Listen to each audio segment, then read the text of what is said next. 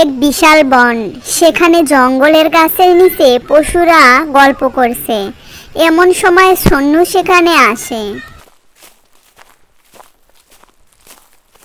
আরে, আমাদের জঙ্গলে মুরগির ছানা, তুমি কোথা থেকে এলে? আমার নাম সন্নু। আমি আমার মায়ের সাথে এক কৃষকের বাড়িতে থাকতাম। তুমি দেখতে তো খুব সুন্দর সন্নু, কিন্তু এখানে তোমার অনেক বিপদ। তুমি এখানে কি করছো? সকালে একটা বড় কুকুর আমাকে খাওয়ার জন্য তেড়ে আসছিল। মা আমাকে বাঁচাতে কুকুরটাকে নিজের পেছনে দৌড় করিয়ে জঙ্গলের দিকে নিয়ে এসেছে। আমি আমার মাকে খুঁজতেই এখানে এসেছি। তুমি ভেবো না ছানা, আমরা সবাই মিলে তোমার মাকে খুঁজবো। বানর, তুমি সন্নুর সাথে থাকো।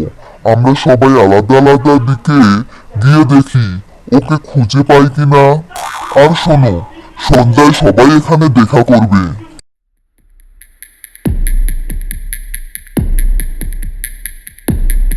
শিয়াল, শোনো, আমি আমার ভাইয়ের সাথে দেখা করতে পাশের জঙ্গলে যাচ্ছি।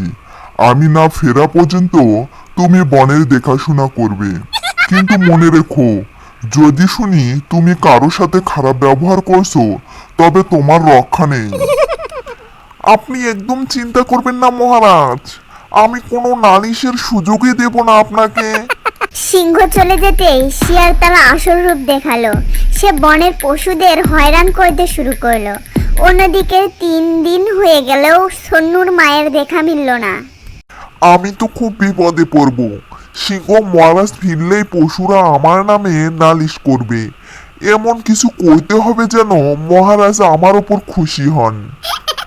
আরে বাহ বাহ, মুরগি তো দেখছি হেঁটেই এখানে চলে এসেছে।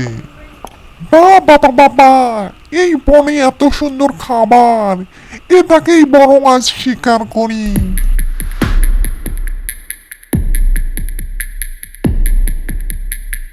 আমাকে ছেড়ে দাও, আমার পিছে এসো না। তোকে ছেড়ে দিলে সিংহ মহারাজ খাবে কি? আয় আমার সাথে। শিয়ালের তাড়া খেয়ে মা মুরগি সোজা সিংহের গুহায় ঢুকে পড়ে। শিয়াল বাইরে তার সঙ্গীদের পাহারায় বসিয়ে দেয়। এই সব ঘটনা এক পাখি দেখতে পায়। সে বনে গিয়ে সবাইকে বলে। হরিণ একটি বুদ্ধি বের করে। হায় হায়, সিংহ মহারাজ তো মারা যাবেন। কি যে হবে আমাদের বনের।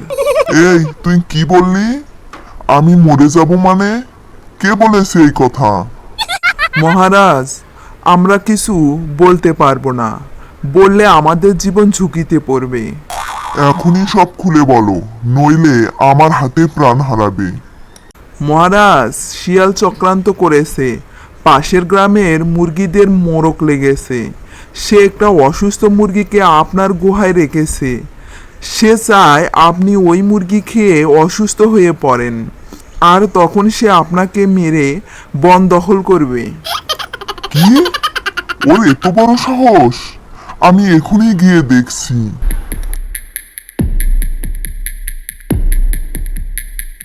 সিংহ তাড়াহুড়া করে গুহার দিকে এলো। মহারাজ, দেখুন, আপনার জন্য পছন্দের মুরগি এনে রেখেছি।